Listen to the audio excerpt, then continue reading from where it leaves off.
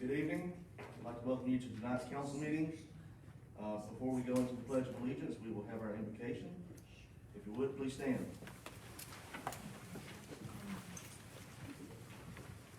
Let's pray. Heavenly Father, thank you for this opportunity you've given us to assemble ourselves together in Northport City Hall to make the decisions, some of the best decisions for the citizens of our city. Just bless each council person, give them wisdom, give them guidance for the decisions that they do make. Thank you for blessing our city, and thank you for loving us. These things we ask. Amen. Amen. Attention, salute, pledge. I pledge allegiance to the flag of the United States of America and to the republic for which it stands, one nation, under God, indivisible, with liberty and justice for all.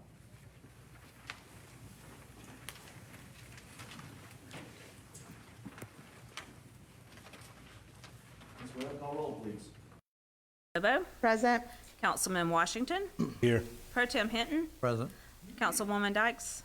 And President Hogg. Here. Item 4 is presentations. We have no presentations tonight.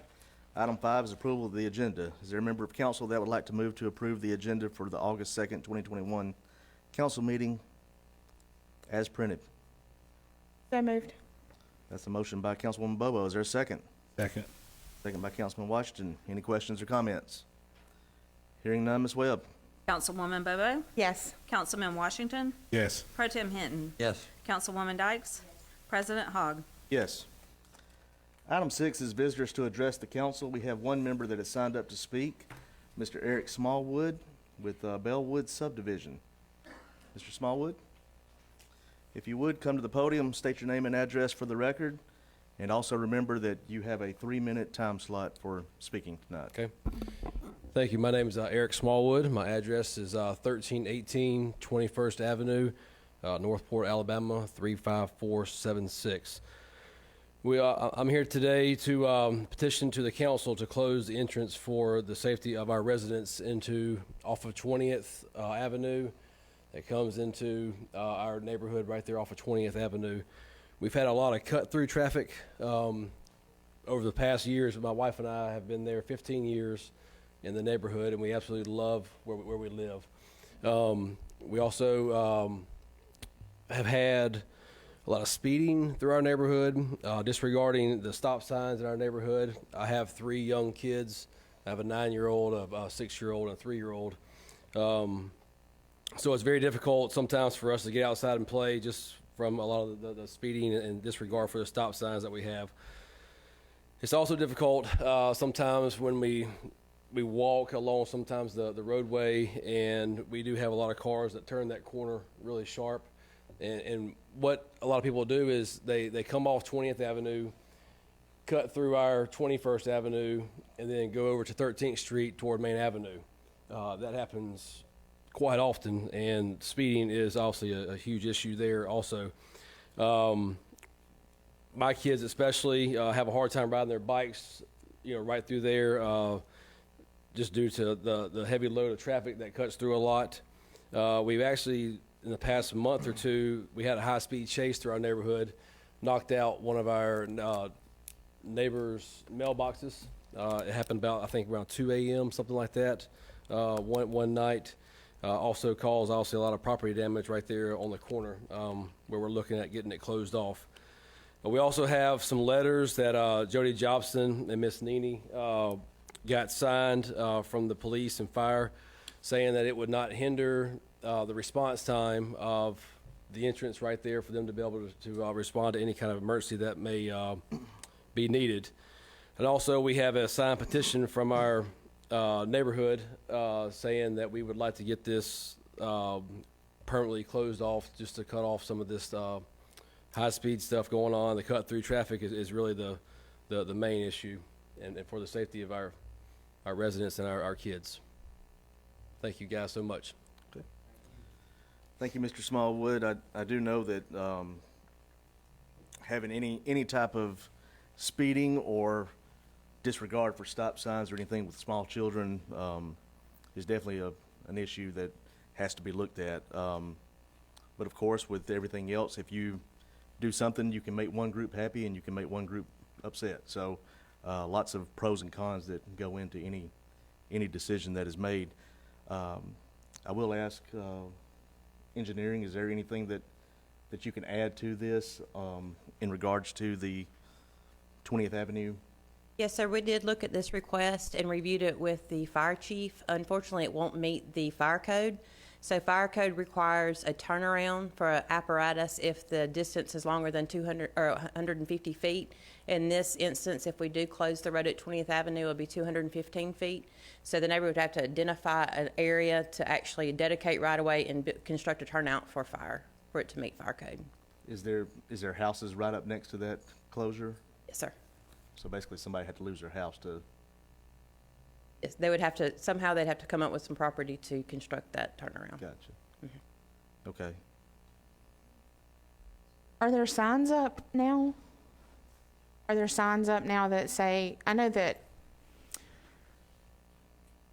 I think it would probably be around 13th Street, possibly, off of 5th Street, where it says local residents only or something like that. Do we have any signs like that that could help?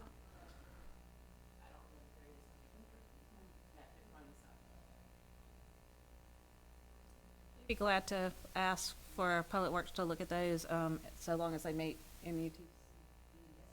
I'm not sure why those signs are up that I'm thinking of. I don't know if that's because of the narrowness of the streets over there, but I know that coming off of 5th Street and coming back towards 9th or 10th Street, there's quite a few of them. We'll also ask for police to do some directed patrols there. I know that we've had speeding complaints in other areas, and he has worked with us to get some enforcement to help remind everybody to slow down and obey the traffic laws. So we'll ask PD to concentrate in that area. Yeah, I think we have a good bit of complaints in the area between 20th and Main Avenue with speeding and not obeying stop signs. Okay. We will get some extra patrol over there, Mr. Smallwood, to try to deter speeding or the disregard for stop signs for your neighborhood. See if that will help, and go forward from there. So, thank you for coming tonight, and thank you for speaking. Next on the agenda is unfinished business. 7A1 is a second reading of an ordinance amending Chapter 34, Article 1 of the Municipal Code pertaining to credit cards. Mr. Davis. Yes, Mr. President, if I may, let me go ahead and address all 6 of these items. They're pretty much a package that deal with the financial area of our city code.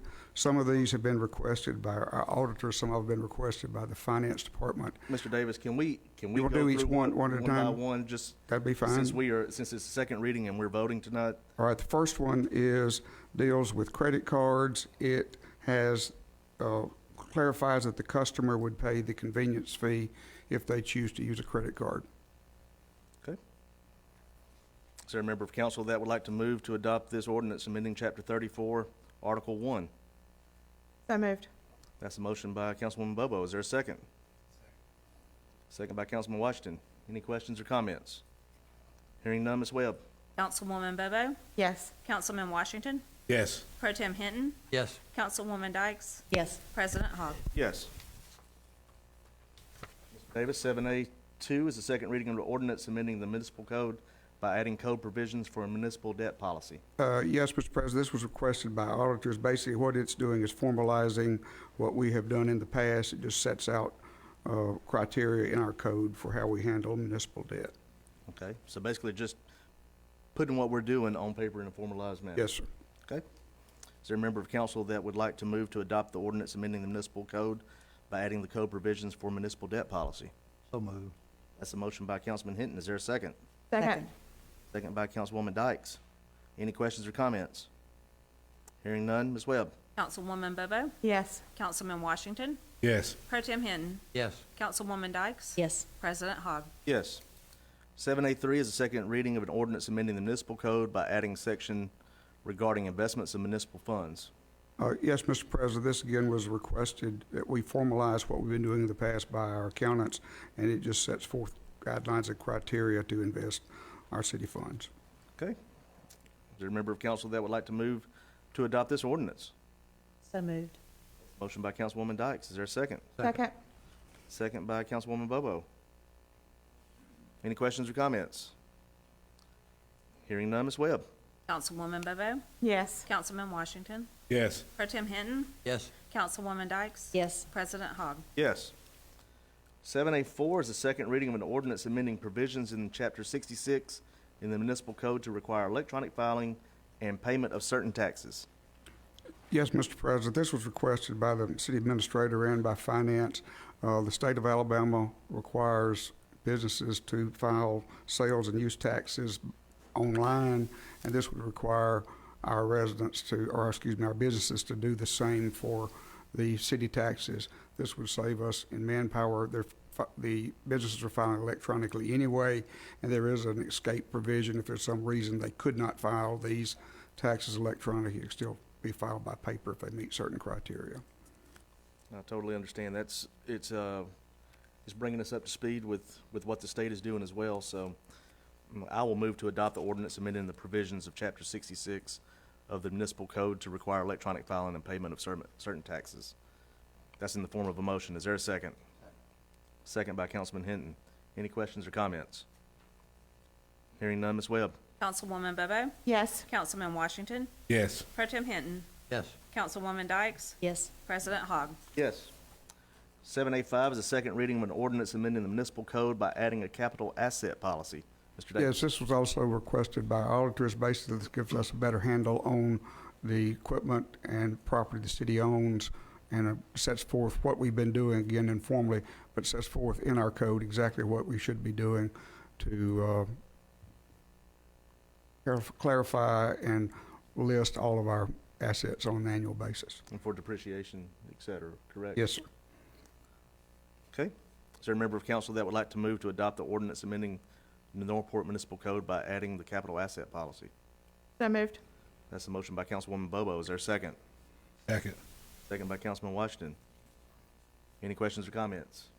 Hearing none, Ms. Webb. Councilwoman Bobo? Yes. Councilman Washington? Yes. Pro Tem Hinton? Yes. Councilwoman Dykes? Yes. President Hogg? Yes. And last one, Mr. Davis, 7A6 is the second reading of an ordinance amending Chapter 34, Article 2 and Article 4 of the Northport Municipal Code pertaining to budget and purchase regulations. Yes, Mr. President. Well, the first 5 are additions to our code. This last one is simply a modification of our existing code to update Articles 2 and Articles 4 to be certain we're current. For example, the state recently changed the requirement for bid amounts, and so we're just basically updating a few sections that need to be updated to comply with state law. And this will give staff some flexibility as well Yes. by doing so. Okay. Any member of council that would like to move to adopt the ordinance amending Chapter 34, Article 2 and Article 4 of the Northport Municipal Code pertaining to budget and purchasing regulations? So moved. Motion by Councilwoman Dykes. Is there a second? Second. Second by Councilman Washington. Any questions or comments? Hearing none, Ms. Webb. Councilwoman Bobo? Yes. Councilman Washington? Yes. Pro Tem Hinton? Yes. Councilwoman Dykes? Yes. President Hogg? Yes. Thanks, Mr. Davis. Mr. President, Yes. as we've gone through this, it was not very interesting reading, 1 through 6. But I think we've just adopted some policies that are very, very important to our city and our operation. What we're doing, I particularly liked parts of number 2 pertaining to debt. It emphasizes conservative approach, pay-as-you-go. Most of you think I'm about 45, but I was born well after the Great Depression, but not too long. So I can appreciate having a policy where we have to think through carefully and try to plan projects that we can pay for if at all possible. In the idea in number 3 of to make money with your money. If we got $3 or $1 million in the reserve fund, and we're not using it, don't anticipate it using it soon, and we can make money by short-term CDs or otherwise that will help our city. So I think all of these are very good, prudent measures that we've just adopted. I agree. I think they're very good for going forward with being financially responsible for taxpayers' money. So thank you for your comments. Item 8A1 is the first reading of an annexation of approximately 1 acre located at $200 Road. Ms. Ram. Yes, sir. Ms. LaJean Burnett requests annexation of approximately 1 acre located at $200 Road. The property will be zoned RS1. It does meet all requirements for annexation, and it does come with a favorable recommendation from the Planning Commission. Okay. Is there a member of council that would like to offer that for a first reading? So moved. That's offered by Councilwoman Dykes. 8A2 is a first reading of a rezoning of approximately 5 acres located adjacent to and north of Greenbrier subdivision. Ms. Ram. Yes, our Golden Retriever Partnership is requesting the rezoning of Lot 3, Greenbrier Place, second section. The parcel is approximately 5 acres. It is currently zoned RS1. The requested zoning is office institutional. There will be a second reading and a public hearing on the September 20th council meeting. And it does also come with a favorable recommendation from the Planning Commission. That'd be August 16th, right? No, I was erroneous in the date that we Oh. had spoken. Because of some ambiguity of the September 2nd date that we had not decided previously, for advertising purposes, it had to be moved to September 20th.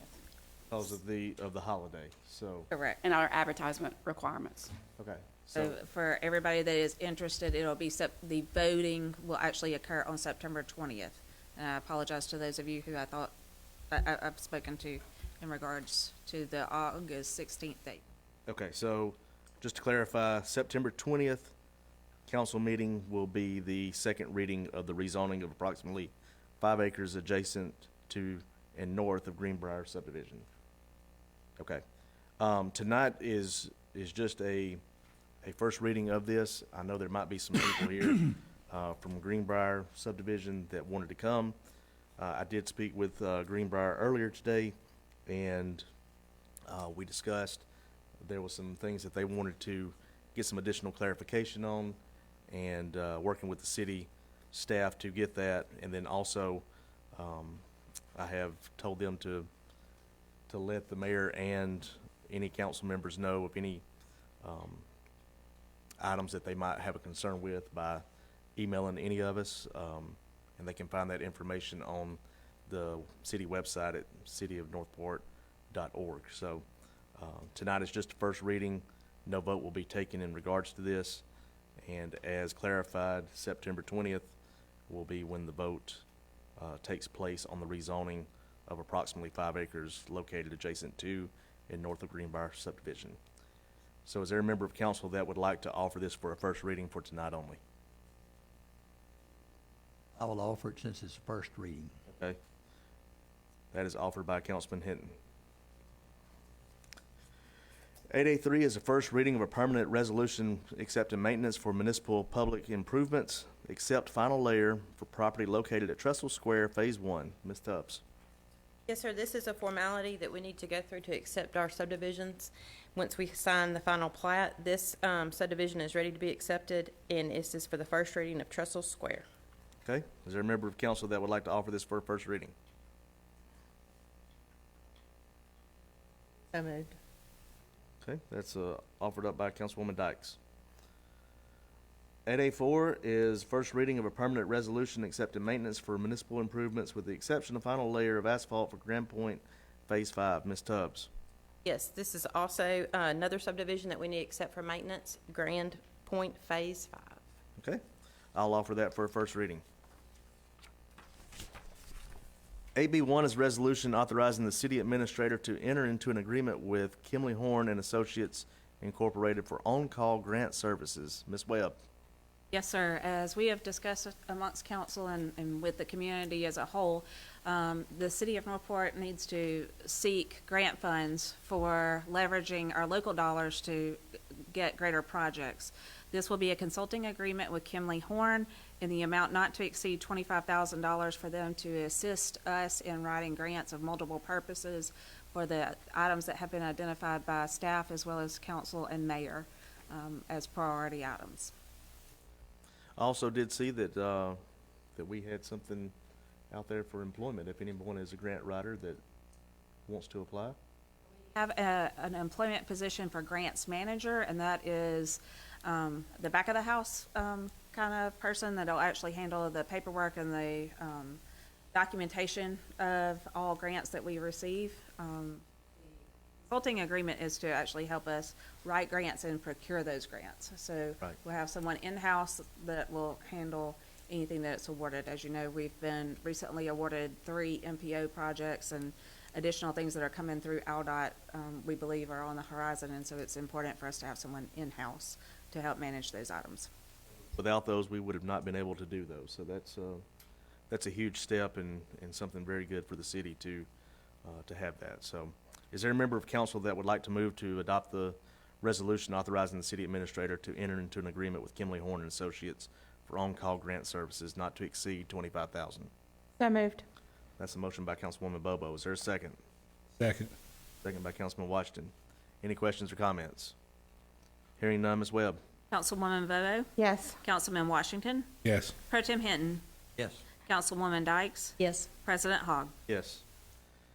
8A2 is a first excuse me. 8B2 is a resolution authorizing and ratifying all expenditures up to and including $264,593.84 pertaining to the CE and I agreement with BKI Incorporated for the Union Chapel Road Improvements Project. Ms. Tubbs. Working through the closeout documents for this project. This is Union Chapel Road Improvements, which was funded through the TCRIC, the Tuscaloosa County Road Improvement Commission. And we need to ratify all expenditures on this so we can get reimbursed from the Road Improvement Commission. So we're asking to authorize expenditures up to $264,593.84. Okay. Is there a member of council that would like to move to adopt this resolution? That's a motion by Councilman Hinton. Is there a second? Second. Second by Councilwoman Bobo. Any questions or comments? Hearing none, Ms. Webb. Councilwoman Bobo? Yes. Councilman Washington? Yes. Pro Tem Hinton? Councilwoman Dykes? Yes. And President Hogg? Yes. 8B3 has been deleted. 8B4 is a resolution authorizing the city administrator to enter into an agreement with Dale Fritz Associates LLC for City Hall site and landscape improvements. Ms. Webb. Yes, sir. As we move forward with the updating of City Hall on the exterior, some of you may have noticed, some of you may not have noticed, because painting has begun in the back of the facility. And as we move forward through the project, we need to have a design professional engaged for the landscape improvements as well as the site design for the parking lot. This is an agreement with Del Fritz to perform those services. Okay. I'll make the motion to adopt the resolution authorizing the city administrator to enter into an agreement with Dale Fritz Associates LLC for the landscape improvement project here at City Hall. That's in the form of a motion. Is there a second? Second. Second by Councilman Washington. Any questions or comments? Hearing none, Ms. Webb. Councilwoman Bobo? Yes. Councilman Washington? Yes. Pro Tem Hinton? Yes. Councilwoman Dykes? Yes. President Hogg? Yes. AB5 is resolution authorizing the city administrator to enter into an agreement with West Alabama Regional Commission for GIS Services. Ms. Ram. Yes, sir. This agreement will authorize the city administrator to enter into that contract.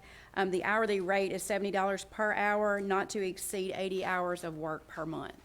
Okay. Is there a member of council that would like to move to approve this resolution? So moved.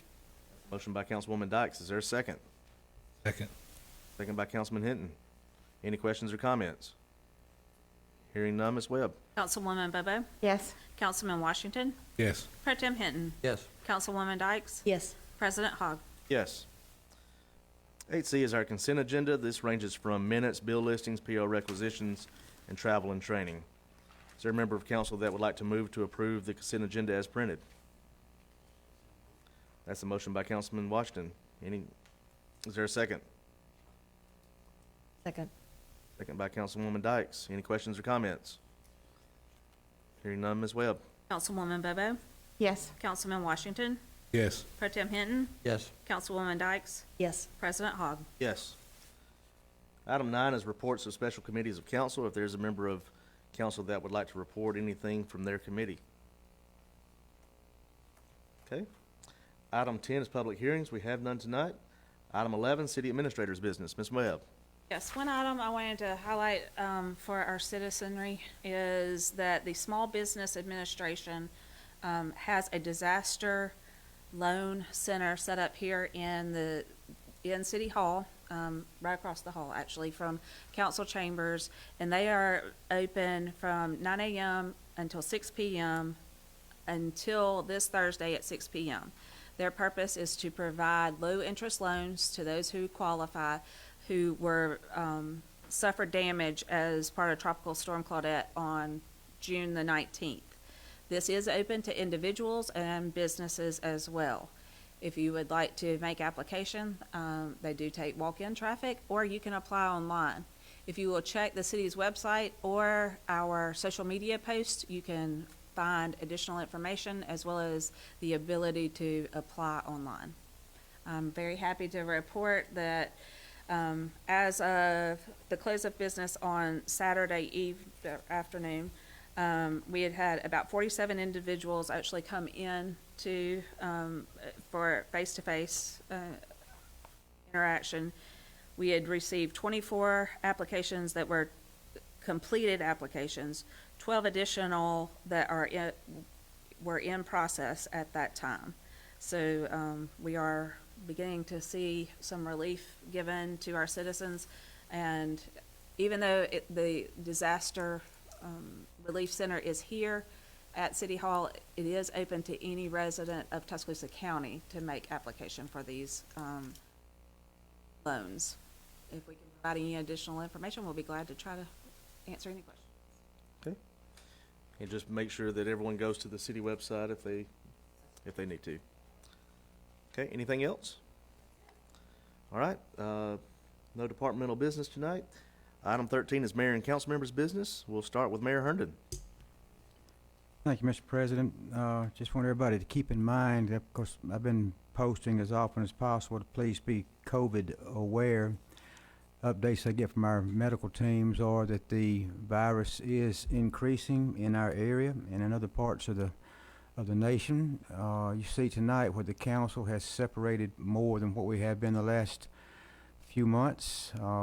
If things keep getting worse, then we'll get more strict guidelines inside City Hall. But just please, everybody's responsible for their own personal health.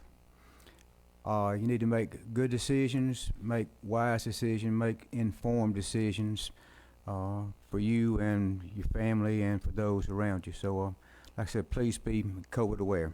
I appreciate you. Thank you, Mayor Herndon. District 1, Councilwoman Bobo. I have no new business. Okay. District 2, Councilman Washington. I have none. District 3, Pro Tem Hinton. None. And District 4, Councilwoman Dykes. Okay. And I'll go with the same thing. So, item 14, we have an executive session tonight. It is expected that the executive session will last no more than 1 hour. This is due to discussing the potential retail development. Once the council comes out of executive session, there will be no further action taken, so staff does not need to stay around, as there will not be any action taken after the executive session. Once we go into executive session, we'll give a couple of minutes if anybody on the council or staff needs to go to restroom, talk to media, or anything else that they might need to do, and then we'll start immediately after that. So I will move to adjourn the meeting into executive session to discuss potential retail development. The session should take no longer than 1 hour. It is anticipated that the council will not take action after the executive session is concluded, and staff does not need to stay as discussed prior. So that is in the form of a motion. Is there a second? Second. Second by Councilwoman Bobo.